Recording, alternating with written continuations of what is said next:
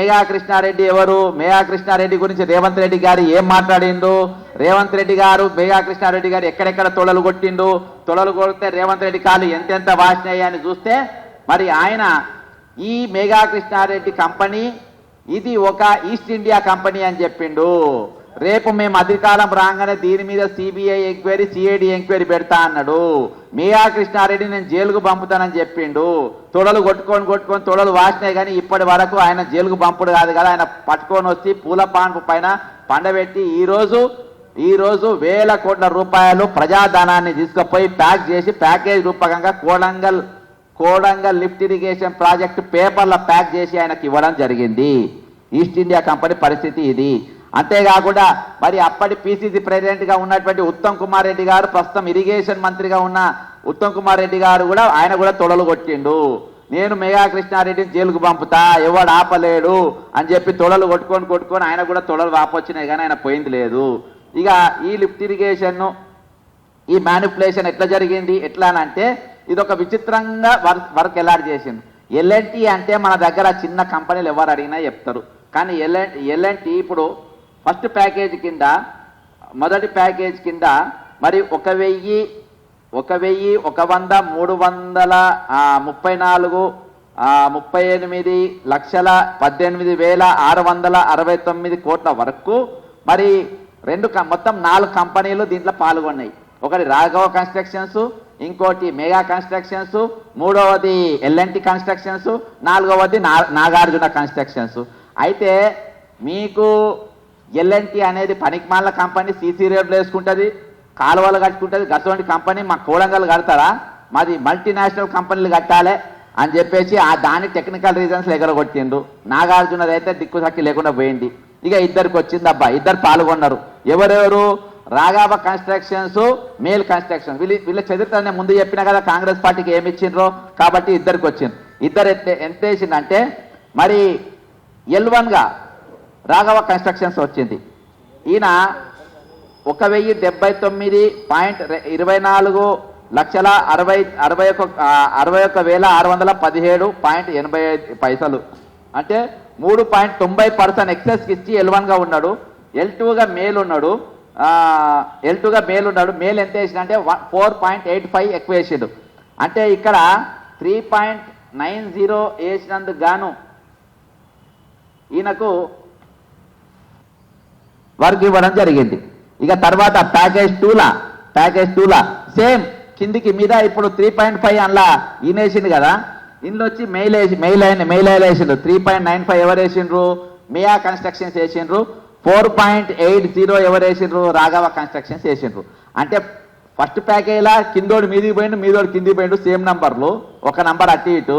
మళ్ళీ సెకండ్ ప్యాకేజ్లా కిందోడు మీదికి పోయిండు, మీదోడు కిందికి పోయిండు, ఒక నంబరు అటు ఇటు.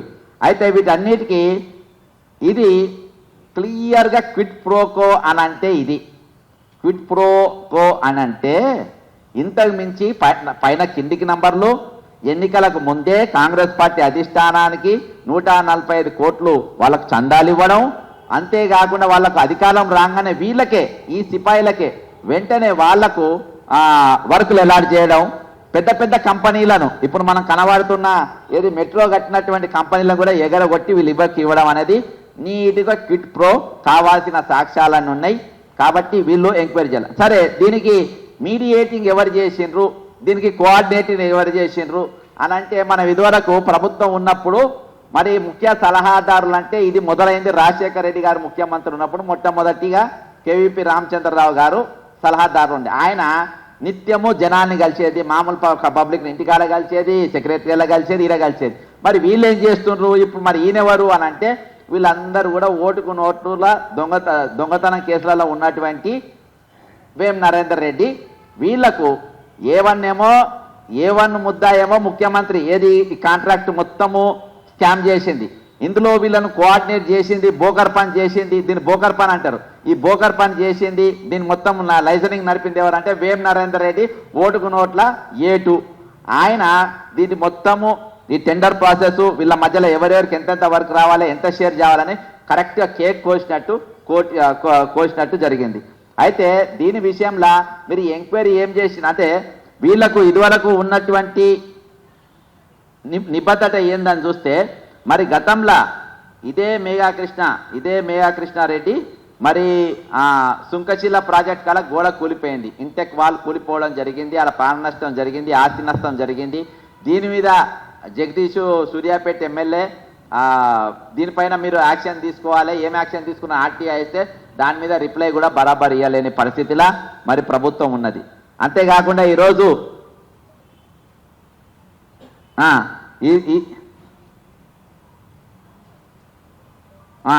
ఈరోజు ఏందనంటే పూర్తిగా అన్ని చట్టాలు తూర్పుపడిచి ప్రతిదీ జీవోలు తారుమారు చేసి ఏ జీవో ఏ పేజ్ నంబర్లు ఇచ్చిందో గతంలో వచ్చినటువంటి ప్రెస్క్రిప్ట్స్ సహా మొత్తం కంప్లీట్ చేసి వాళ్ళకి ఇవ్వడం జరిగింది.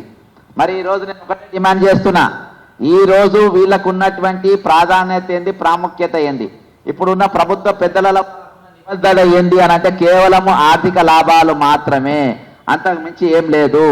ఈరోజు రేవంత్ రెడ్డి గారు ఒక ముఖ్యమంత్రిగా ఉన్నటువంటి వ్యక్తి పైన ఈరోజు 83 కేసులు ఉంటాయి, 83 కేసులు ఉంటాయి.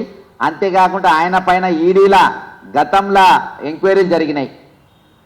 మరి రాఘవ కన్స్ట్రక్షన్స్, వేం నరేందర్ రెడ్డి వీళ్ళందరిపైన చర్యలు తీసుకోవాలని మరి మేము section 7(13)(1)(a) PC act 1988 section 316(15) BNS section 318, 319 of BNS 2023 ఆధారికంగా ఇవన్నిటి కూడా ఇన్వెస్టిగేషన్ కిందకి వస్తాయి. వెంటనే వీళ్ళపైన మరి ఎఫ్ఐఆర్ చేయాలి, వీళ్ళపైన చర్యలు తీసుకోవాలి అని చెప్పేసి మరి నేను ఏసీబీ గారిని డిమాండ్ చేయడం జరిగింది.